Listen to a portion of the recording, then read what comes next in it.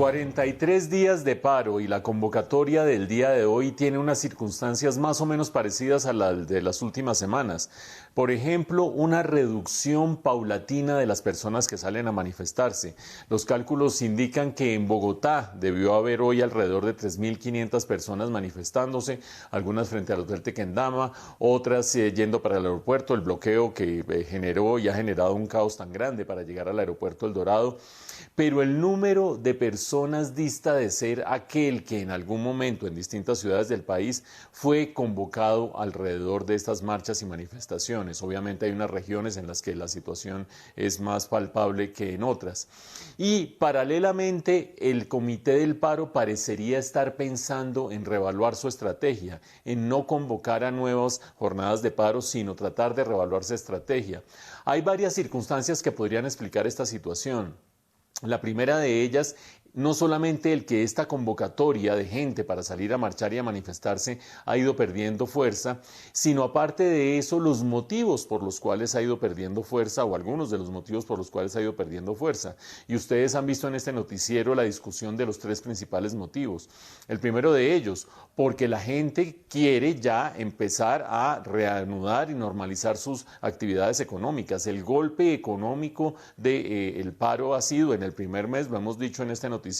de alrededor de 6 billones o 7 billones de pesos. Y eso es un golpe durísimo. Algunos dirán, claro, para los empresarios, para los sectores, etcétera, etcétera. Los empresarios son los que dan empleo, los sectores son los que dinamizan la economía. El desempleo se ha sentido en distintas regiones del país, por lo tanto el impacto económico ha hecho que la gente empiece a evaluar esta situación de una manera distinta. En segundo lugar, el tema de la pandemia. Ayer apenas reseñábamos distintos puntos de vista, desde médicos, pasando por la alcaldesa de Bogotá, otros mandatarios que dicen es infame en medio de este pico de la pandemia seguir convocando paros y marchas y marchas y manifestaciones y manifestaciones. Pero un tercer elemento, ha perdido también apoyo en las jornadas de paro por cuenta de las jornadas violentas, no solamente de las jornadas violentas de vándalos que terminan atacando activos públicos y bienes públicos, sino aparte de eso, los bloqueos que en muchos casos terminan siendo, cuando atentan contra el derecho a la vida, el derecho a la salud, el derecho al trabajo, el derecho a la seguridad alimentaria, terminan siendo actividades que violentan directamente la dignidad de las personas, como lo dijo el mismo padre Francisco de Rubio en declaraciones de los últimos par de días. Y en ese sentido no es raro que en las encuestas se haya empezado a manifestar un apoyo que más o menos se mantiene a los objetivos del paro, a los objetivos de los jóvenes, a la necesidad de hacer transformaciones de políticas sociales en el país, pero no un apoyo que se mantiene, sino más bien que se debilita hacia los bloqueos y hacia las manifestaciones que terminan confrontando a la fuerza pública y teniendo la posibilidad de derivar en actos violentos. Evidentemente, ese respaldo cada vez menor de la gente en las encuestas, ese desgaste de la salida de la gente a las calles, ha hecho que el Comité del Paro empiece a reflexionar. Aparte de eso, la reunión que tuvo el día de hoy con la CIDH, que puede generar de ahí también nuevas reacciones, ha hecho que empiece a reconsiderar la posibilidad de convocar semana tras semana tras semana paros, que incluso ya están siendo rechazados por el mismo Gustavo Petro. Sobre todo, ya había dicho desde semanas atrás que no tenía sentido estar convocando semana tras semana tras semana, pero en las últimas horas, fuera de eso, ha condenado claramente los bloqueos y ha condenado las barricadas, porque dice que terminan siendo una oportunidad para que los jóvenes se terminen sacrificando frente a la fuerza pública.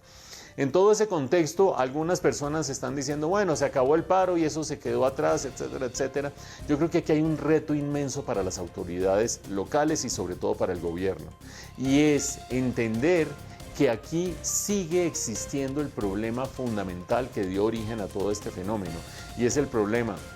del desempleo, de la pobreza, del hambre, de la falta de oportunidades para sectores de la población. Y creo que si el gobierno nacional, sobre todo, porque los gobiernos locales ya han hecho negociaciones, el gobierno de Bogotá ha variado por completo su plan de desarrollo, le ha metido 1,7 billones de pesos a nuevas políticas sociales para considerar esta nueva realidad, pero si el gobierno nacional decide volver a meter esto debajo del tapete, va a encontrarse nuevamente a la vuelta de la esquina otra vez con un fenómeno como este. Así sucedió a finales del 2019 y vean la magnitud del paro que se ha armado este año y volverá a suceder una y otra vez. Y ese malestar social subsiste y es persistente la necesidad de que haya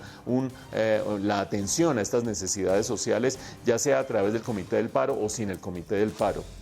Pero hay un elemento adicional que subsiste y es el de cómo manejar estos actos de bloqueo que van a persistir y estos actos de confrontación y provocación que van a persistir. Ahí está una delgada línea que tiene que recorrer el gobierno para no incurrir en excesos de violencia por parte de la fuerza pública, para no incurrir en actos de violencia directamente, pero sí para seguir controlando esos elementos que van sucediendo y esos hechos que van apareciendo a la vez que se avanza en un fortalecimiento y un viraje de la política social.